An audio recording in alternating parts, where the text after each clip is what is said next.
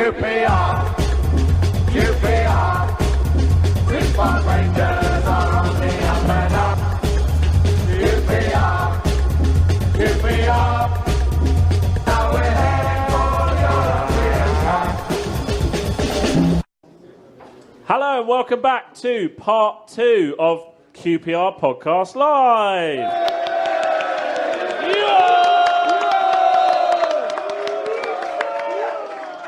So we had a fantastic first half. Had Trevor Sinclair, brilliant interview, brilliant guy, and how can we top that? Well, we're going to try. We have 2 guests with us talking about modern day QPR and QPR, a bit of QPR nostalgia thrown in, because along with us guys from the podcast, we have Kevin Gallen and we have current assistant manager Marc Bircham.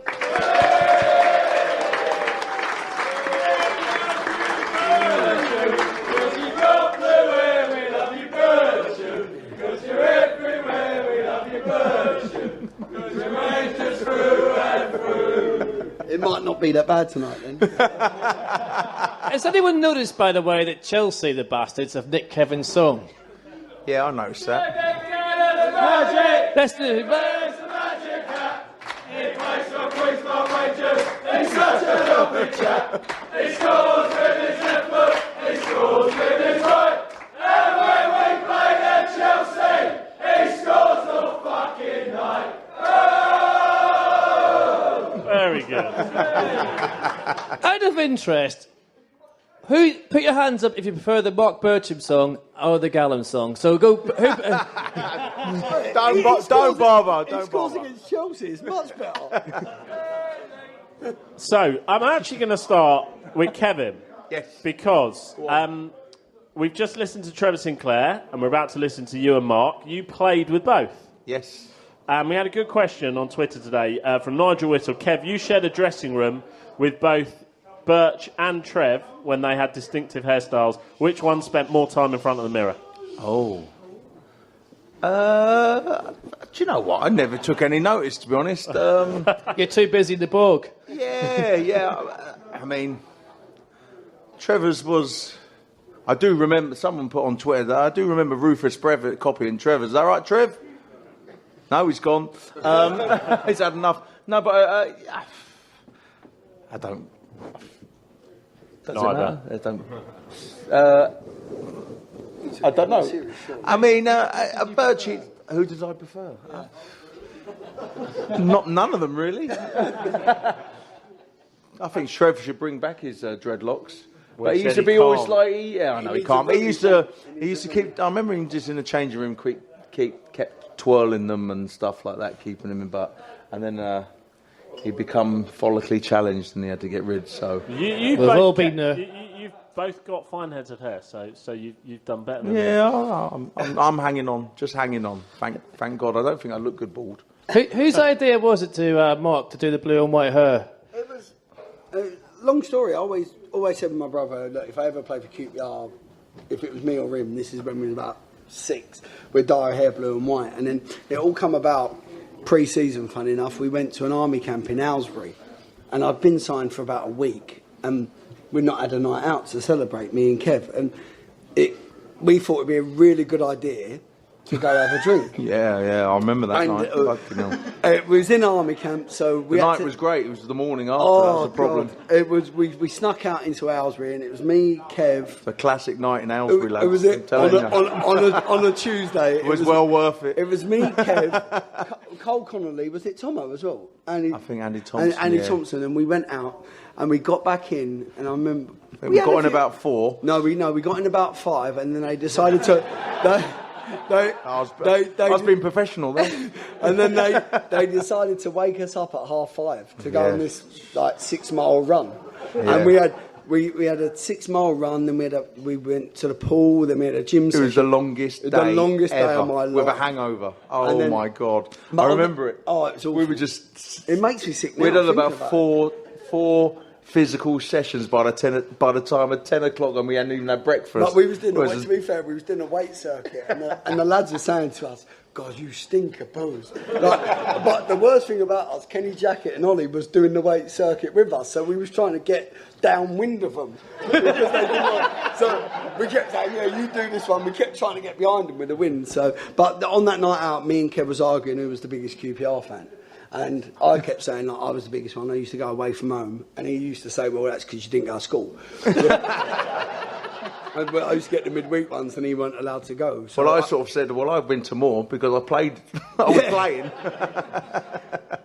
and so then I said, "Look, I'll tell you what. I'll dye my hair blue and white." And I had like Ricky Butcher curtains at the time. It was quite long. And then, so the first game of the season, he didn't. It was a £250 bet that he didn't pay. Of course not. So, and then the first game of the season, I had blue and white hair, and it went from there. But then, after I weren't going to pay him 250 quid to have that hairstyle. No chance. I would have paid you 450 to have it. But then, in my first 4 games, I think I got 3 bookings and a sending off, and Ollie asked me to change it. So, if I ask you now, who's the bigger QPR fan? If I ask you individually, Kev, who's the bigger QPR fan? I don't think it's a question. I don't think there's an answer.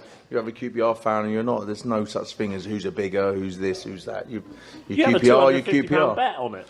Yeah, that he didn't pay. But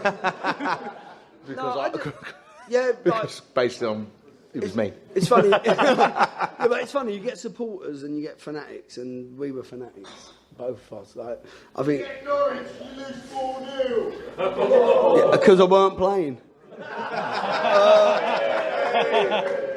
No, but we were fanatics, and sometimes you lose that. You think every player's a fan, but we was lucky that both of us played in the same team as fans. Lee Cook was a supporter. I wouldn't say so much of a fan. He was a supporter. He used to go to home games now and again when his dad took him, but we were fanatics and we was in the team, and it used to be funny, like when players used to leave QPR. I mean, my idol was John Byrne, and then he was meant to be going to Man United, and I couldn't get in my head why would he go to a smaller club. I was only about 9.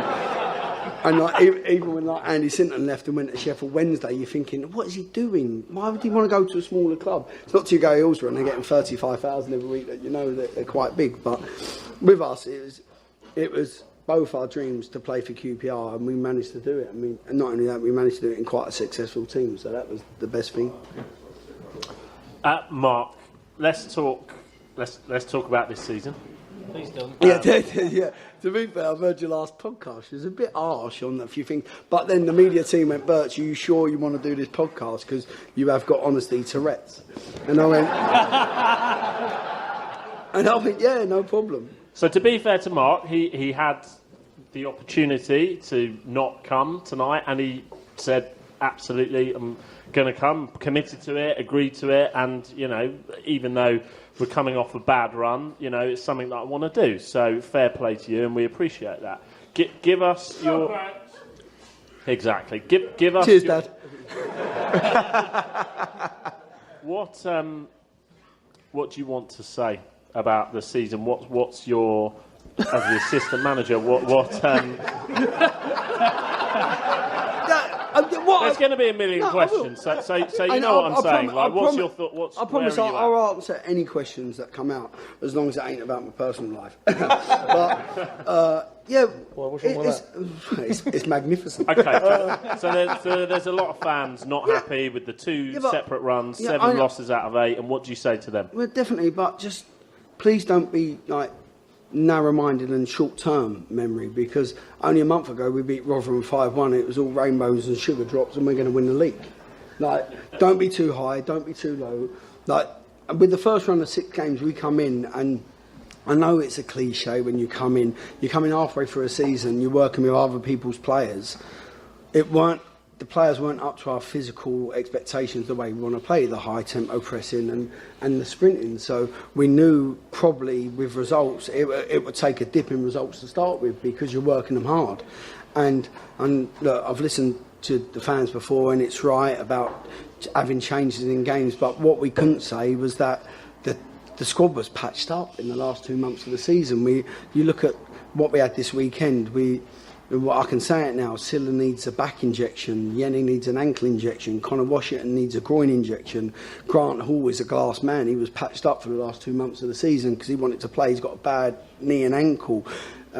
Luke Freeman had missed 6 weeks over Christmas, so he was struggling. Matt Smith's got a bad knee patella that we was trying to patch him through to the end of the season. That's stuff we couldn't say because we didn't want the opposition knowing. We got a load of I won't say it. A load of injured people, load of injuries.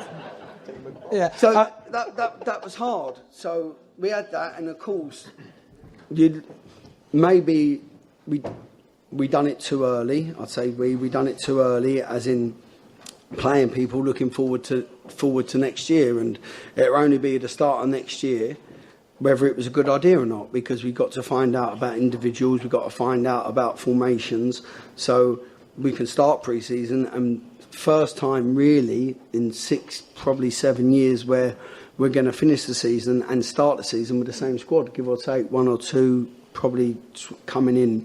And like Trevor said, fitness is a massive thing in football, and physically fit with people carrying injuries and physically fit of running.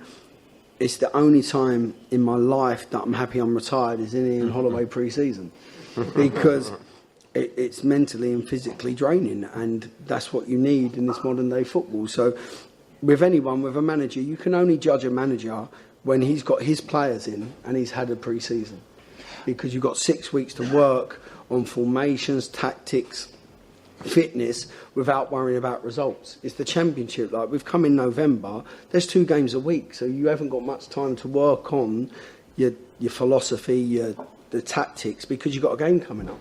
And that we stayed up, which is the main thing, and what we wanted to do. We had I thought we had a really good transfer window in getting players out the club that don't want to be here, that are on good money, and getting players that want to be here and do well. You look at Matt Smith and Luke Freeman, I think they've been excellent without being fully fit. And you'll probably need another 2 transfer windows, because any transfer window, if you have a 60% success rate of players that you bring in that do well, that's really good at any club. So you might have to sign 6 for the good ones to come out. You might have a couple of duds in there, and that's like any club. You can have the best scouting network in the world, and you can have any club in the world, you'll see that. So realistically, to get a really good team in the Championship that's challenging at the top, you need probably another 2 transfer windows. Well, I wanted to ask you about Ollie. What's the biggest difference between Ollie as a manager now compared to the Ollie who managed you? Well, I've got 3 different Ollies, because I had the manager that managed me, where the thing with Ollie that he done, he was physically fit, organised, and the thing that Ollie done with us as players, they had a squad, not just like the 11 that would play, a squad of players that would die for him, and that's when he does the best. You look at when he went to Leicester, he had big players on big money that weren't really bothered, but then you look at QPR, you look at Blackpool, you look at Plymouth when he's gone there.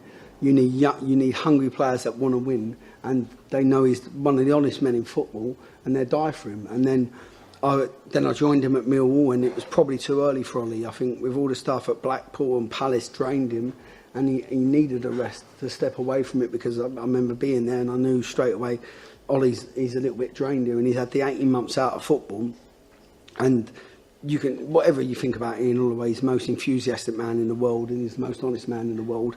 But he's tactical now, so he's probably got so much of it. He's had nearly 1,000 games as a manager, and you just, as I said, you can judge Ollie when he's had a pre-season and he's got the players that he wants. I know you said that you didn't want to give the opposition the edge by talking about all those players that are carrying injuries, and obviously last week we heard that Pav, his granddad, I think it was, unfortunately passed away, so that's why he was in and out. But I think as fans, if we knew that, we might be able to cut you a bit more slack, if you know what I mean, if we were a bit more open about stuff. I know, yeah, but I'd rather you not know and the opposition not know, to be honest, just on a personal level. And I think the club took that stance, but like, well, what do? Do you put all your cards on the table and say, yeah, we're the walking wounded, have a go at us? Or do we put it all out there that lads are carrying injuries? And you look at it, I think we're a couple of players away from doing it. Even when we went on that 6-game run, we played Brighton, Sheffield Wednesday, Huddersfield at home. And we should have won them games. And it's only, even like, you look at the Brentford result, like I'm fuming after the game, I'm angry, and it's not till you look back at the game, and I watched it again on video, look, Connor Washington's missed a couple of really good chances first half for a goal. He scored a goal to make it 1-1.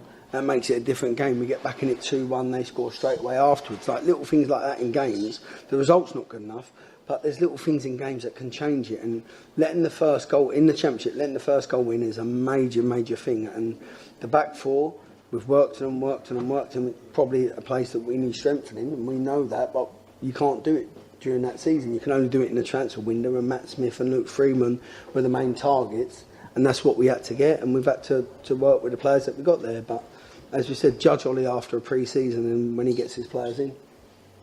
What I was going to say was, we're not going to pull any punches. It's been a shit season. You know, it's been horrendous. It could have been worse. It could have been worse. It could have been a lot worse. Things could always be worse. Yeah. But you say judge Ian next season, which is fair enough, and we agree with. But many people would say it was a tinkering that did people's heads in. You know, we didn't know what our team... I mean, there's bluff in the opposition, but there's bluff in your own fans as well, when no one knew who was going to line up game after game. Is that something that next season, hopefully, we're going to have a more settled squad, a more settled team? 100%. So it was basically done because you didn't know the players, you would have looked at players, or...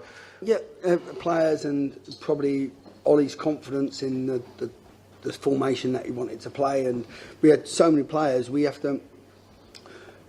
It will only be a good decision if we start next season well, and that's when you can judge it. Yeah. If we start next season really badly, then you give it, what's he doing? What we doing? But if we start this next season, we've used this season, once we've got the points that we needed, it got a little bit nervous towards the end, but once we got the points we needed, freaking tell me. We've used that, and you will only tell by next year if it's a good decision if we start well. So next season, where should we expect or hope to be around the table? To be better than this season. That wouldn't be that hard. You say that. No, but look, you want any good club. You need I'm not blaming you, by the way. I'm just saying. I'm talking as a fan. But it's not you. I mean, we've had defeat. Yeah, we're getting promoted. Woo, come on, let's all chip. No, it's not. It's not that. Any good club. You look at Brighton. You need a steady progression. As a club, we can't be... We've been a rollercoaster club for years. And like, if it doesn't go well, do you want to sack the manager? Look at Ollie when he was here as manager. Did he start really well? Jay Francis, when he was here as manager, did he start really well? No, he didn't. He got given time, and you need to bring your own players in. Like, if it doesn't start well, sack and get another one in, and you're back to the drawing board. It's the same again. But as a club, you need steady progression. And if you progress every season, you'll end up in the Premier League. That's the fact. But the thing is, I don't think what's helped you guys, and it's not your fault in all fairness, is that we've had the seasons in the Premiership where we lost too many games. Our home record in the last 4 or 5 years hasn't been great. So I think fans have got defeat fatigue badly. So that's why when Holloway talks about having a cave and everything else, it's so important to start winning home games and be the force we used to be. Because let's face it, teams used to hate coming to Loftus Road because you're so close to the players, you can give them so much jip. Forget the last month of the season, our home record was really good. When we come in, we were in 4 out of 5 before that last month of the season, before we've having to start patching the team up. And anyone that come to Loftus Road, when we was here, the big thing, we wanted to create that atmosphere at home. And we wanted... Look, I was here before... with my family as well. They couldn't be asked coming to games. They bought season tickets, they couldn't be asked. It was like a chore for them. But anyone that comes to Loftus Road, we've been clapped off 3 times at home by losing. Yeah. And that's very rare at QPR, but they could see, we want a team with passion and effort at home. And anyone that's come, whatever the result, you could see that's happened. And I think it has been an improvement in the squad. Now, we've got to turn that passion and effort at home to not letting in the first goal, because it absolutely kills you. But if we want a team that's going to run, work hard for each other, and know what it means to play for QPR. And at home, as you said, if you're going to do well, you need a good home record, and we need to make Loftus Road, like they're going about our cave, we need to make Loftus Road a fortress. And the good teams that we played in, teams didn't really like coming to Loftus Road, and we need to make it hostile, and we need to make it hard, and the fans play a big part in that. And it's a bit like the chicken and the egg. Do the team need to set the fans off to get them going, or do the fans get going? You look at the Fulham game at home. We drew 1-1, but the atmosphere at the game, the fans were up for it from the first whistle, and the players fed off it, and the players have fed off it the time that we've been in, how good the atmosphere was at Loftus Road, and they knew they could go a goal down, or they could be losing, and they'd be with them.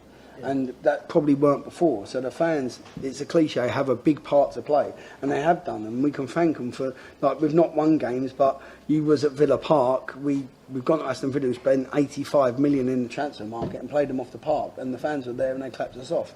And they have got a big part to play, and hopefully next year we'll reap the rewards of what's happened this year. Mark, you mentioned that in the transfer window, you know, you have to like sign 6 players, for example, and like maybe 60-70% of them will turn out well, some won't. Do you envisage that some of the players we bought in the last window that may not have impressed might leave in the summer? Yeah, look, I'm not going to dress it up. There's always at every club, you've got players that want to play in the Premier League. I mean, if we're not in the Premier League, they're not fans like me and Kev and want to stay at QPR because they love QPR. Sorry to break it, that's a myth.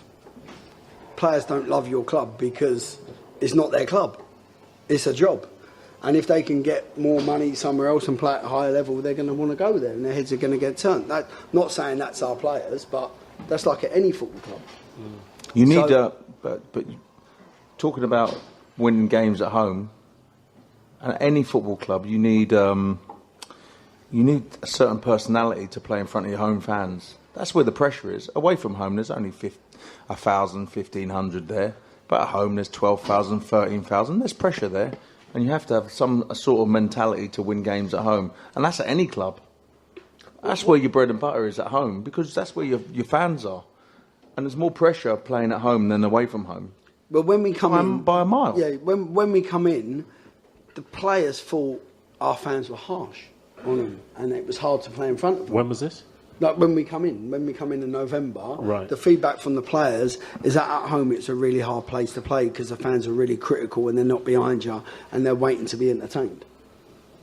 And you ask them now, it's completely different because the atmosphere, forget the last month of the year because people ain't happy losing, but in our time there, it was a really positive place, and that's our bigger, like, I played at Mill. If we're not winning by half time, we're getting booed off and they're calling everyone in our families like disgraceful names. That's a harsh crowd. At QPR, they might have a moan and groan if you kick it off the pitch, which they're right to do. But the feeling of the players was that it's a really critical place to play by the fans at Loftus Road, and we've sort of changed that because you look at our home form with the games that we won, and even against the big teams, we've gave them really good games at home. And the games that we lost at home, especially like we've lost at Derby, Aston Villa, Sheffield Wednesday, Brighton, Huddersfield at home, and they got clapped off the pitch, and the players couldn't believe it.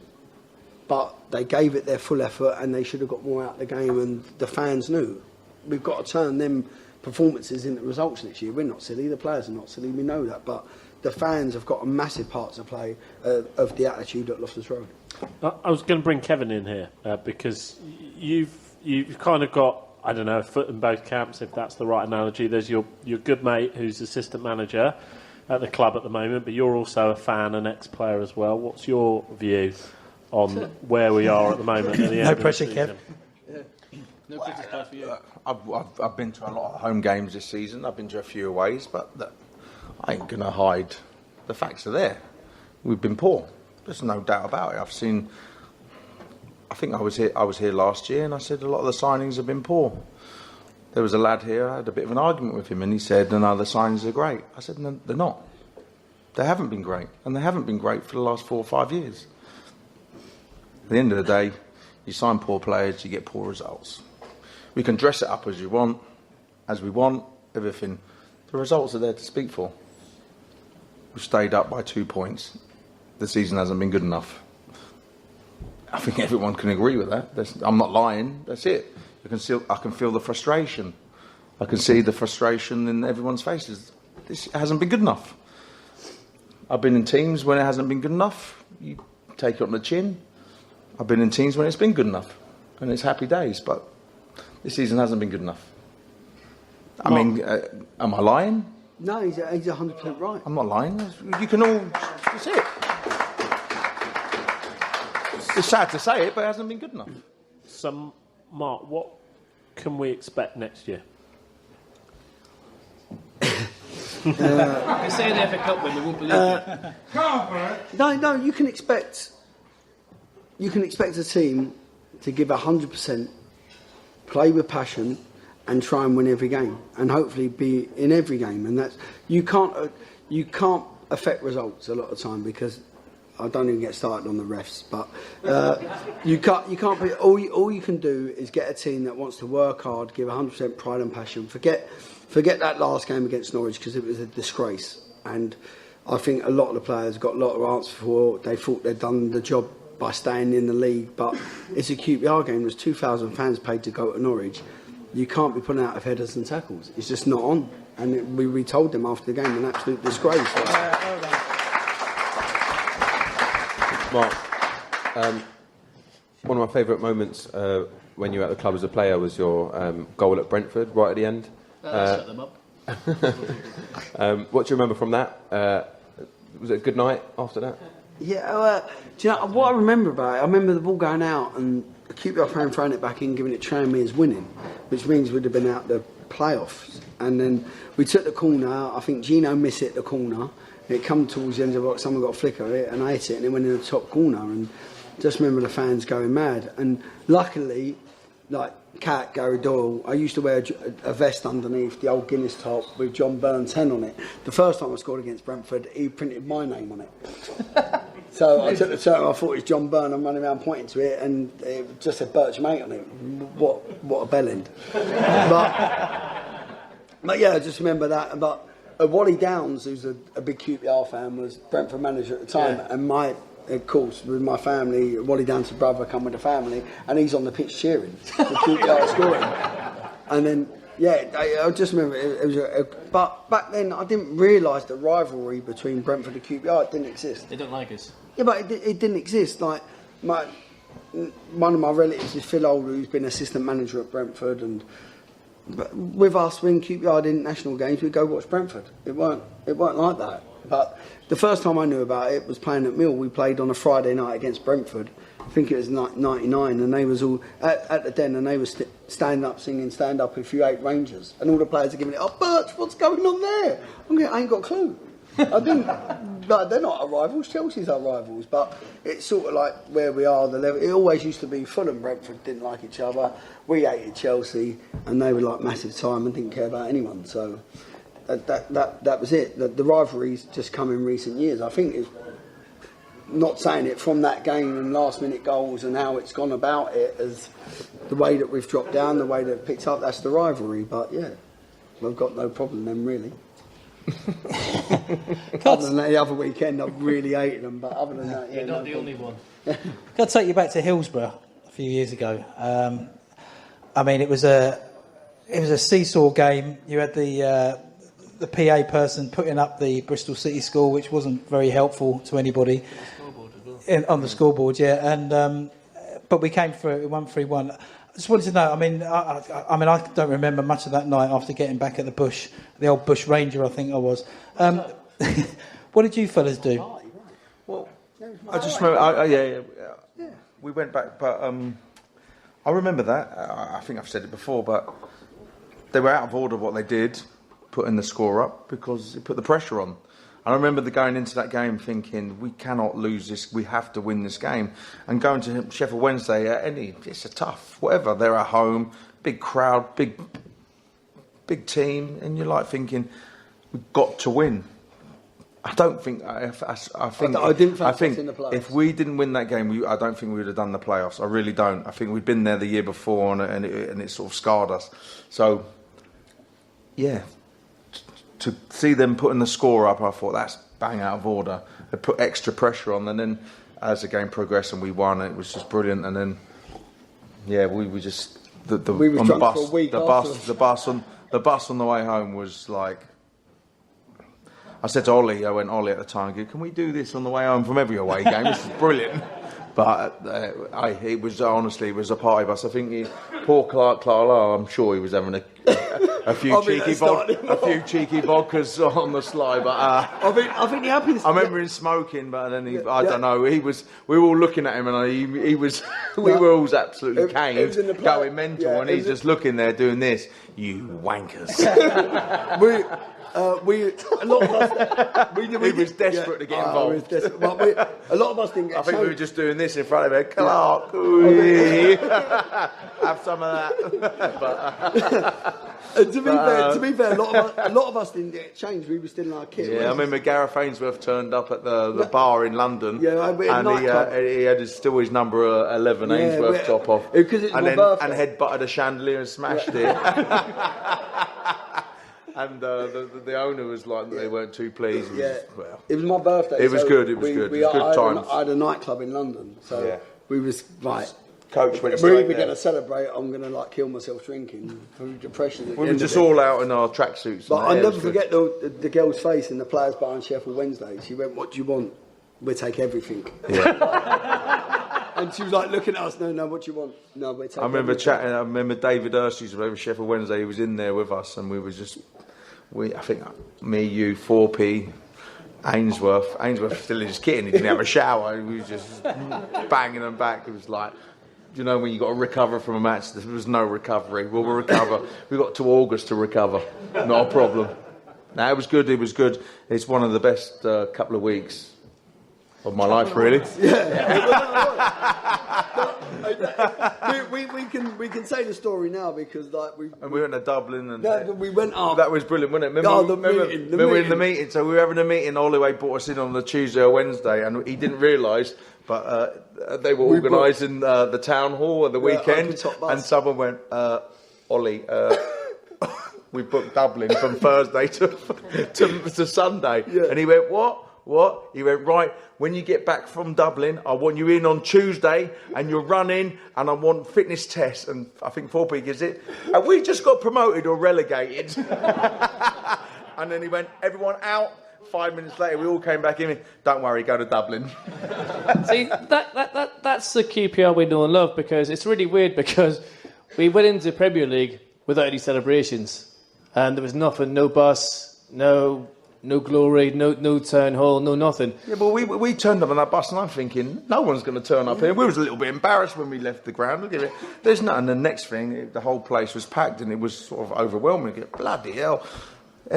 Obviously, because we'd been through such heartache and with relegation, administration, and so many people turned up. I remember going down the old, the Goldhawk Road. It was mobbed on Slay and the Bush Range and then all these pubs. It was unbelievable. It was brilliant. I was shocked. I was like, what?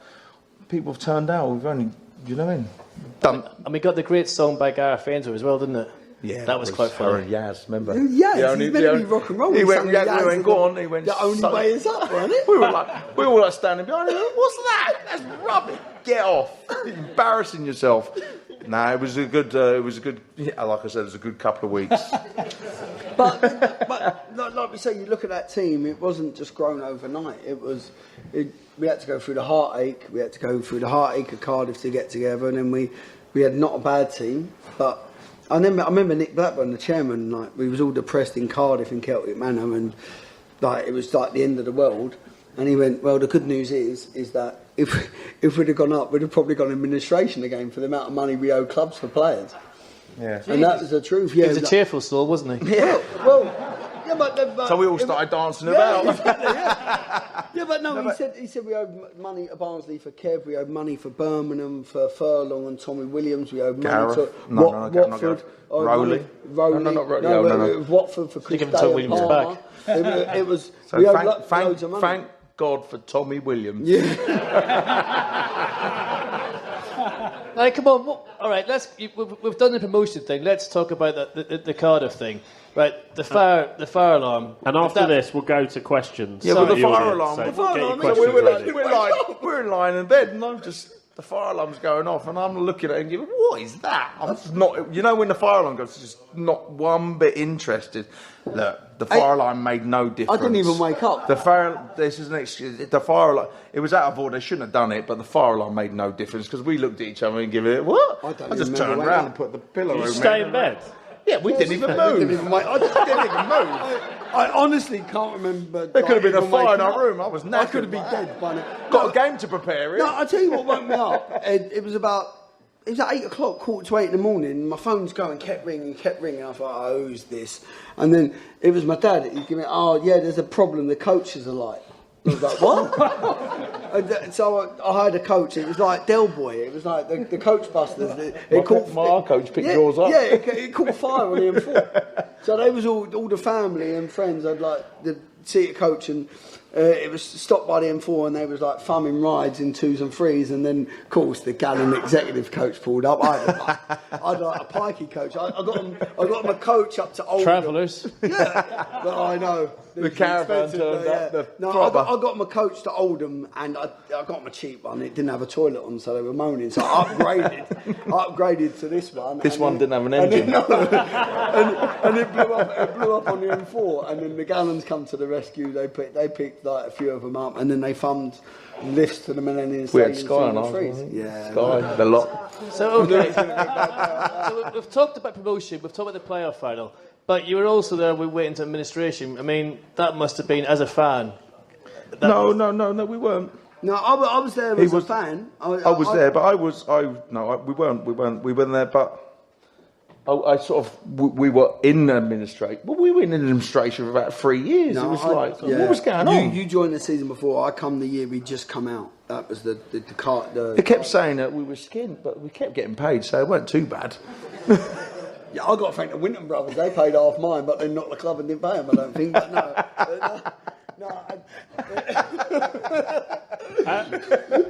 Left the bill on the club. Are there any questions from the audience for Birch or Gallen? Come on, I know they're coming. Yes, you're going to have to come. You're going to have to come to the front so you can speak into the mic. Be nice. Just be yourself. Just got a question for Gallen. In terms of the current squad with Hall, it's really interesting what you've done in terms of moving him to defensive midfield and centre back, and he's quite fluid.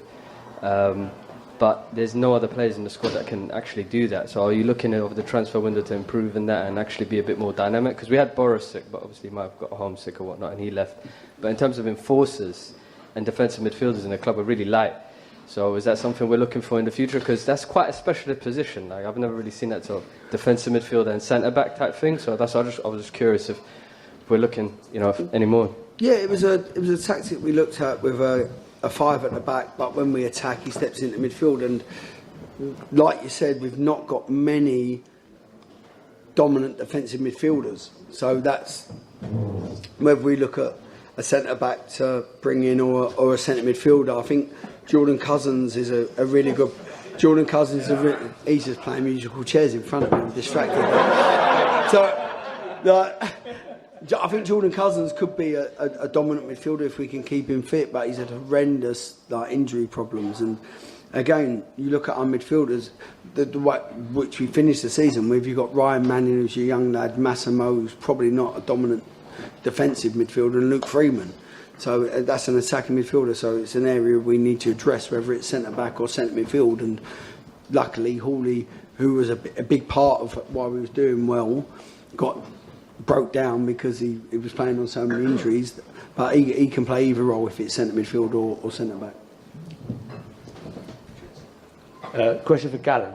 Yes. Has Fernandez ever invited you back to coach? I'm glad you asked him. No. Would you come back? Of course. Birch? Yeah, I got invited back. No, it's hard for me. It's hard for me because it's my best friend who's sitting next to me, and Kev. But no.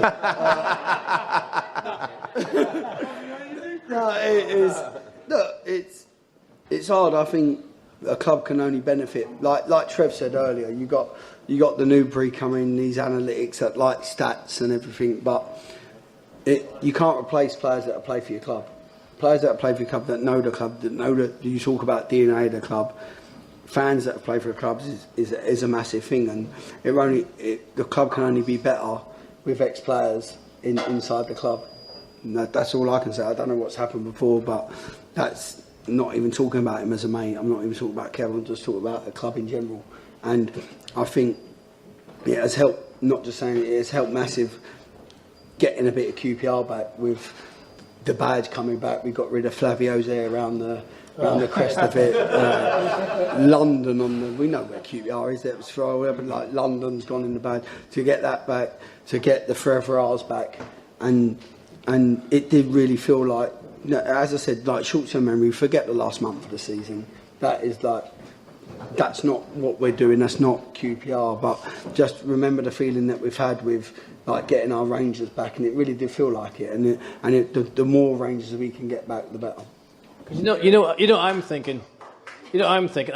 No, I haven't got a clue what you're thinking. I don't even want to get in that brain. I'm thinking. What do you want, Colin Clark back? Come on.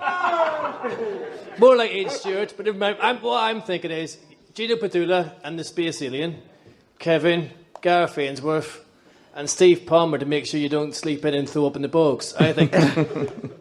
Get the old crew back. I mean, there is stuff in that, though, that a club should be run by ex-players, and having ex-players in the club can't help, can it? Sure. Don't get me wrong. You can't have all ex-players in your club. But you need to find balance. But like I say, if you're an ex-player, you've got the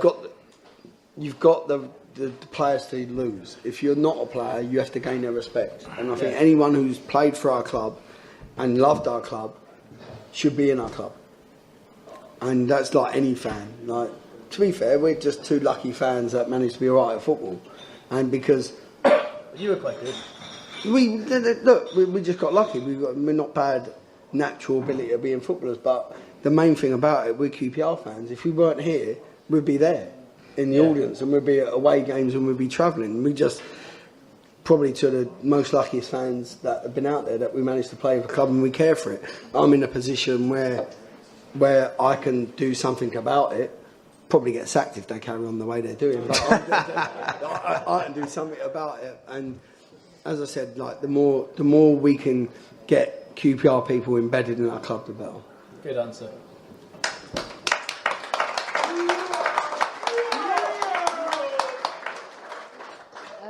A question for Kev. Hello. When are you ever going to be inducted into the Forever Ours? I was. When? I didn't see It's it. the original. The first day.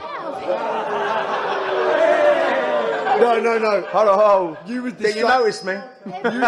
You were distracted by my boy's good looks, weren't you, on the day? That's why you didn't see it. When is it going to be Kevin? No, I was the first the original. day. Yeah. The first day I was there. He was in the bar. Well, hey, best place for you.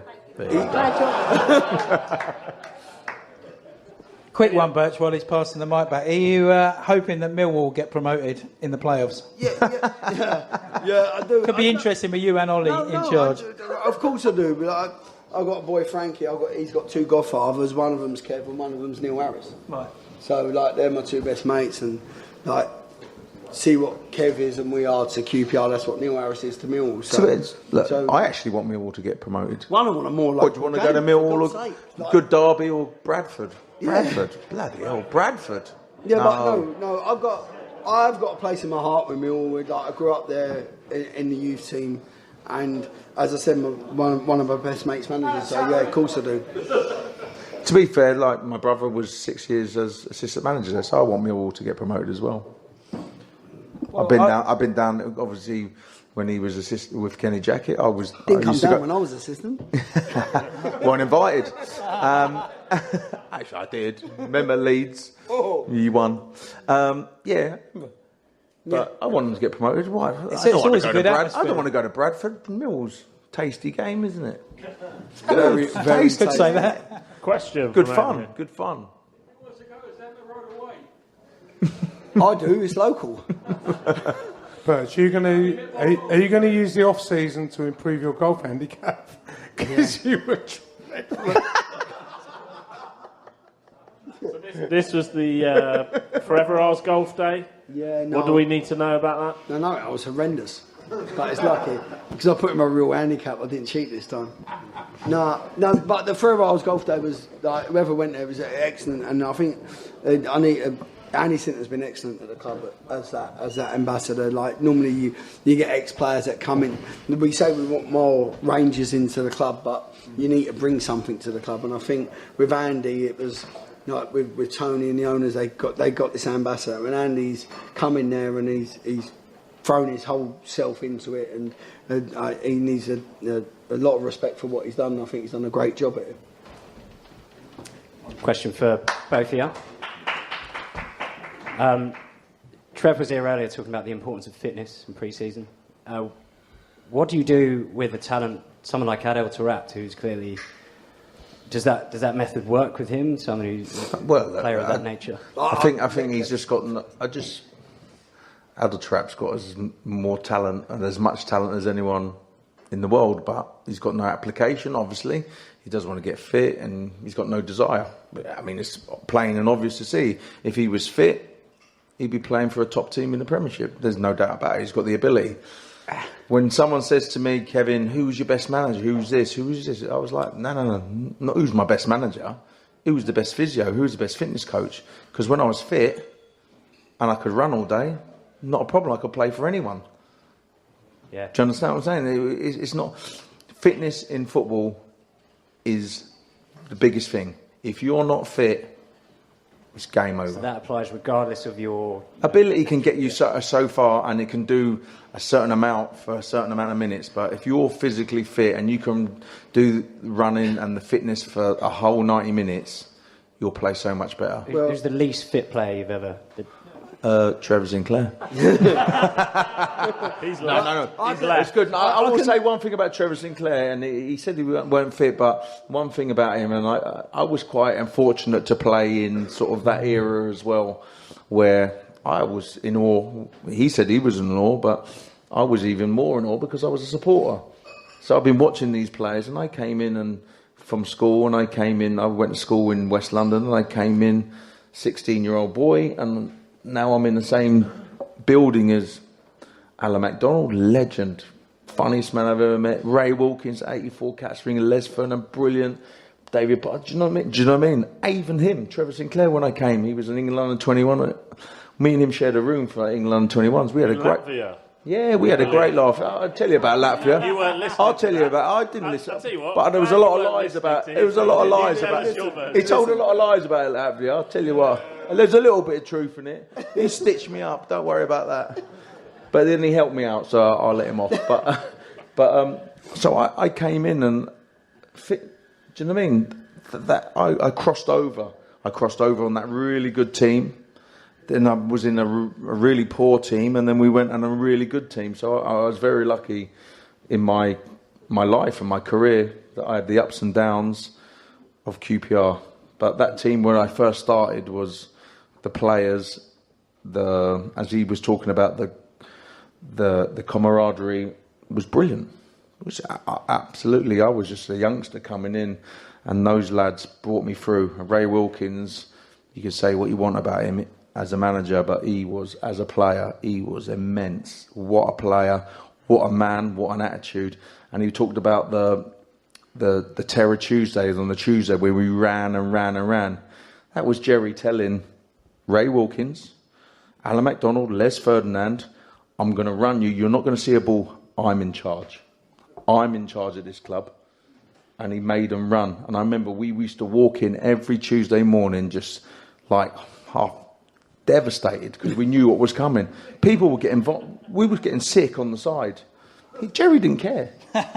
You'd be getting sick and he'd be get up, you owe me 2 runs. You'd be getting physically sick. It was so hard. But that was Jerry's way of saying, I'm in charge of this football club. Yeah, not so much with Adele. But I was there, luckily, a coach for Adele, and he was the most unluckiest player because he put his hamstring the first day of pre-season every season. No, I swear to God, the first day they'd go for a run, his hamstring would pull, and then as soon as the games would start, his hamstring would get better every season. But what a talent, but he could have been so much more. Do you give him Terror Tuesdays now? We have hard Tuesdays, yeah. Not but so even much when terror. Ollie turned, when Ollie was manager, Ollie's it was hard. It was hard. It was so hard as well. He sort of took that Jerry mentality And Kenny Jackett, remember, Jesus Christ. I remember one Monday morning, and Kenny knew it was my birthday on a Sunday, and he knew that I had a few drinks, and he went, right, never done it on a Monday morning. He went, lads, get on that corner, give me 5 laps. And I looked at him and went, that prick knows it was my birthday yesterday, and he's making the lad suffer. Yeah, honestly, that was it. I knew he knew, and he knew that I knew, and he didn't care. Quick question. So we had to do it. Quick question for you both. You mentioned Trevor Sinclair. Obviously, he was here earlier on, and very good he was too. Is his goal the best QPR goal you've ever seen, or you've got a few? You've got Francis, you've got Roy Wegley, Adel Tarab, Gareth Ainsworth at Rushton. Yeah, I mean, they're all great goals. Trevor at the time when I was injured, and I was watching it from a South Africa road, and I was like just amazed. It was just, it's just one of those goals out of the blue, bang. You just stood up clapping like in shock. Roy Wegley's at Leeds was just skillful, unbelievable. Jerry's, when you watch it on telly about the actual team goal, rolling out from, when they talk about rolling it out from the back is a new thing. QPR were doing it in 1975. I remember Falco against Chelsea. Falco scored a volley. There's been numerous goals. Trevor's is obviously up there. Gareth's volley against Rushton. Yeah. We was like, the ball came to him, Gareth, and we were like, control it. I'm like, control it and cross it into me. Bang. What? Yeah. Jesus Christ. Even he was shocked. But the worst thing about it, he tried it nearly every game for the rest of the season. After that, it was, the ball would come to him an halfway line, and he'd shoot. He usually just went off and just rolled off to the loft. And we'd look at him and go, Gareth, for fuck's sake. As fans, so every fan will have their own favourite QPR goal. What are your 2 favourite QPR goals as fans? Watching. Yeah, watching, I would say Clive Allen scoring with his arse in the semi-final. That was because that was the first time I ever seen my dad, and the only time I've ever seen my dad cry. And that was at Highbury. And honestly, that's one of my earliest memories was seeing my dad cry. And I remember we scored, and I ended up like about 18 rows away from him, and he didn't even care. It was only I worked my way back to him, and he was crying, giving it, we're going to Wembley, and then. I would say that, and look, I think at the occasion as well, you get the Bobby Zamora because, brilliant. Like I keep reminding him, before that he was QPR's most hated player. He used to get booed warming up. I think we were here 3 years ago, and Rodney Marsh said, "Do you honestly think Bobby Zamora should be playing in the final?" And he went, "No chance." Next thing, he scored probably the most famous goal in QPR's history, but. Yeah, I mean, that goal. Your favourite goal? Probably recently was the Bobby Zamora, because I remember being at that game. I brought all my kids. It was the worst game ever. At half-time, I went to the bar with my brother, and we met a couple of QPR. We started having a drink and giving, what's the point going back? We ain't even having a shot. So we went back. Yeah. We're not even... Just a shot. I thought just a shot to get the fans going. I think Joey Barton hit a shot, went 20 yards wide, and we went, well, at least we've had a shot. And next thing, the whole place erupted. It was awesome. To be fair, I bought all the my daughters, I bought my. They were like 9 and 6 at the time, and they were just looking, and my wife just looking at me, giving it, "Why are you three going mental?" I just was like, well. We were like jumping up and down for ages. I bought 25 tickets that game for the family to go, and it was like my daughter's one of their first games, and I just remember thinking, this is typical QPR. We've turned up here. We are absolutely woeful. It's going to be plucky QPR. We gave it a go with 10 men, and we're going to lose on penalties. It was my daughter's communion that morning, right? So we're at the communion. And as they're doing all the stuff, I went into the back bit, and I went to the photographer. I went, "See you, I'm having first picture." He looked at me and went, "What? I'm having the first picture?" He went, "No, you're not. I'm having the first picture. I've got to go to Wembley, mate. I've got to bring them, and we're going to Wembley." So as they're all like taking, like all cuddling, I'm standing up next to the photographer. We're first. Everyone, let's go. Out of here, Wembley. That was the communion party, Wembley. And as we're walking up, I see all the fans, and they're all singing my name. And she was only 6 and giving, "Daddy, I'm scared." I started crying. I went, Don't worry. This is your communion party. I'll make it up to you. Look, going back to my dad as well with that day. I remember like 82. We lived in Wembley, so we walked to Wembley for the 82 Cup finals, the replays. We went back there in 86. We got a bit spoiled, and I remember we losing to Oxford. I was bawling my eyes out. My dad went, "Mark, I promise you, we'll be back here soon." And then I remember we went mental, and at Wembley we come out, and my dad went, "Told you."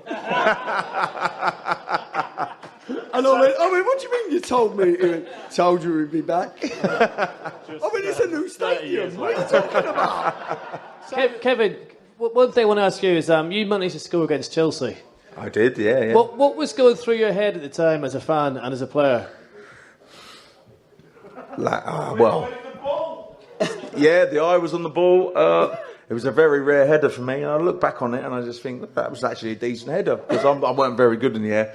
But obviously, to beat those and to score in my first season when I was a kid is 1995. Yeah, so my uncles were over from America, and even like I've got a 6-year-old boy now, and he's gone QPR daft. He's gone absolutely. Favourite player? He keeps giving it Mackie and Smith, and he's like honestly, he's off his head. I'm just like. Oh, because there's loads to choose from. So I'm like, you're just. I just look at him. He's like, I take him to QPR and we sit, and then he's doing a commentary, and everyone's looking around. And then we were losing 2-0 against Huddersfield, and he's crying at half time. I said, "What are you crying for?" He said, "Daddy, we're losing 2-0. I said, "Get used to it."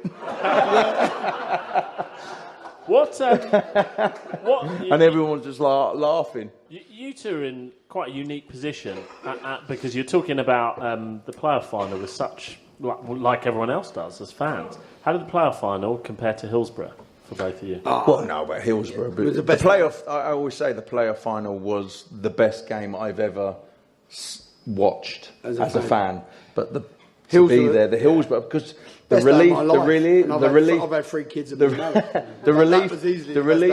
The relief of the pressure. The pressure was like immense because I didn't want to let anyone down, and to actually get over the line on the last game of the season was just. It was. I remember probably not great tactics by the club.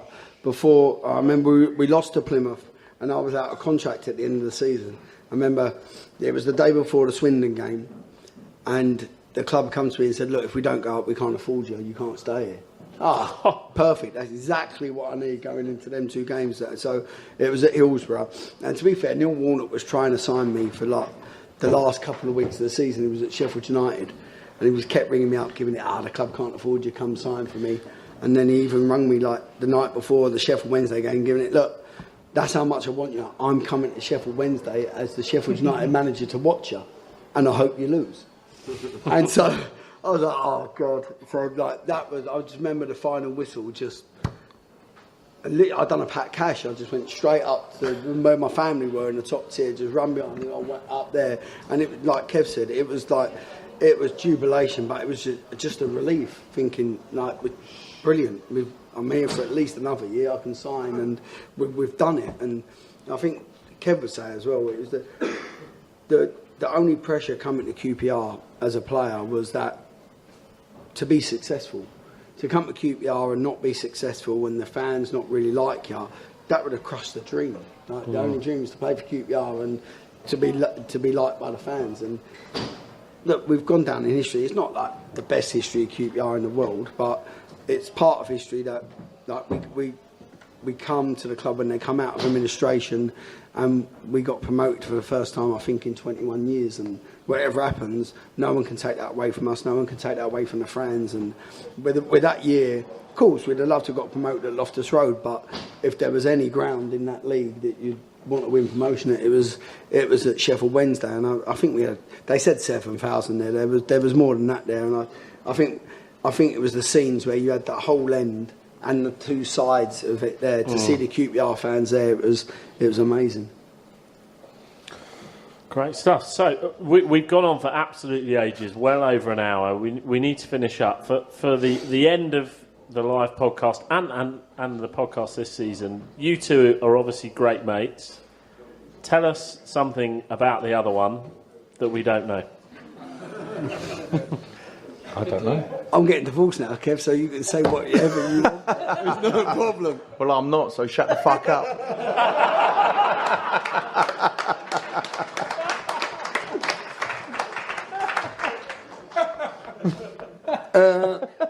No. He's the most hairiest roommate next to Ray Wilkins I've ever had. And he's the baldest. No. Other than his head, he was. I made my debut at Mill with Ray Wilkins, and of course, everyone at Mill knew I was a massive QPR fan.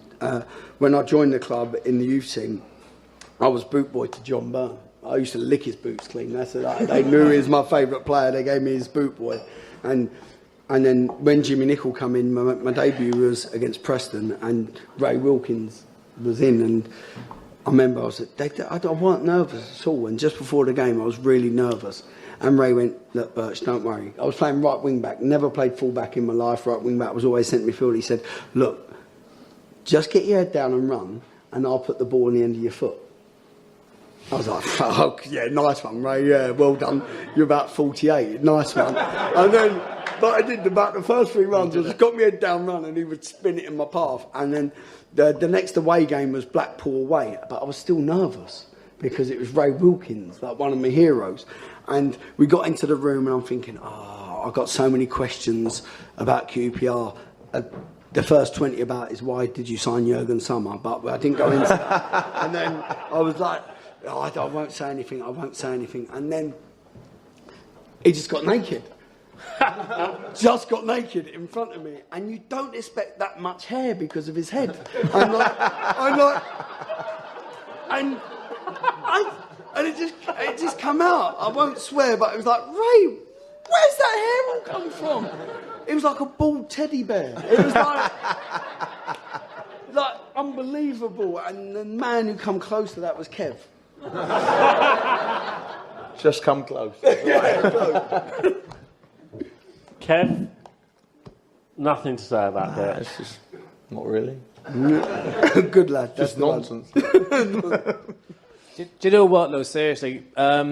It's probably the end of the podcast. Thank you for everyone for coming tonight. It's really, really humble and wonderful that you guys support our podcast, because we're just 4 gobshites that talk crap. And it's nice that you come down. But also... And thank you to the good ship. No, yes, I was getting there, you gobshite.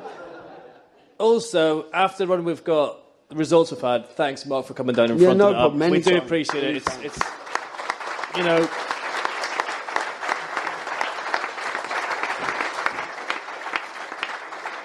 One thing that's come out tonight is how special this club is, because you can't see those bastards down the road having ex-players coming to podcasts, fronting things up and taking it on the chin. Thanks, Mark. Kevin, as always, thank you for supporting our podcast. And the other thing is, you guys, we can't thank you enough. Thank you very, very, very, very much for coming.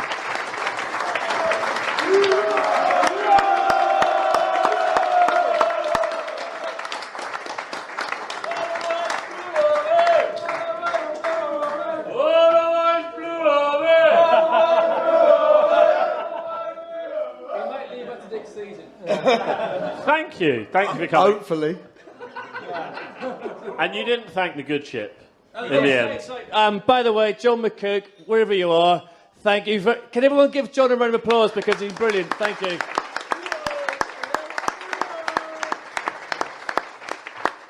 And also, one other thing, there's a guy here with QPR stickers, wherever he is, and he's got great stickers. And also, I've been asked, sorry Dave, I'm doing my usual, Acting Stanley Bulls need players. Birch, they've asked me to ask you if you can turn out for Acting Stanley Bulls, and Kev as well. So if you're not busy the odd time... Yeah, I've got a really big problem with officials. So, like, I've if noticed. it's a bad ref. I've honestly, since I retired 8 years ago, I think I've played 10 games and got sent off in 7 of them. So, yeah, if they pay my fines, of course I'll play for them, no problem. Right, that's the end of our podcast. And thank you. No Give chance. yourselves a round of applause. Thank you so much. You are... QPR, Richmond Rangers.